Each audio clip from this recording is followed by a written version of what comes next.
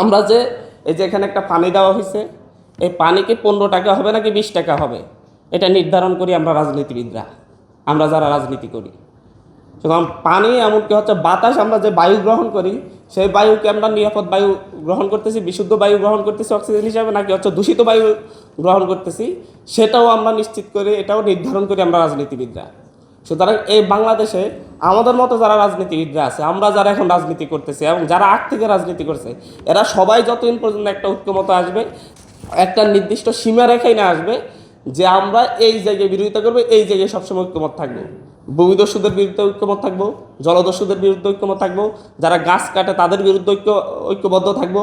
এই যে কয়েকটা পয়েন্টে যদি আমরা ঐক্যবদ্ধ হতে পারি, তাহলে বাংলাদেশ শুধু 5 বছর লাগবে না, 2 বছরে পরিবর্তন হয়ে যাবে ইনশাল্লাহ।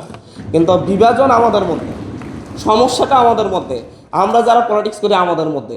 আমরা যদি ঠিক হই তাহলে পুরো বাংলাদেশ ঠিক হয়ে যাবে। এত সেমিনারও করা লাগবে না। বাইরের দেশ থেকে হচ্ছে কীভাবে বাংলাদেশের পরিবেশ ঠিক করা যাবে, বাইরের দেশ থেকে প্রচুর এটাকে কি বলা হচ্ছে পরামর্শ নেওয়ার জন্য পরামর্শদাতাও আনা যাবে না, আনা লাগবে না, শত কোটি টাকা খরচও করা লাগবে না। পুরোটাই আমাদের সদিচ্ছার উপর নির্ভর করবে, আমাদের ঐক্যবদ্ধতার উপর নির্ভর করবে, এর বাইরে আর কিছুই নেই।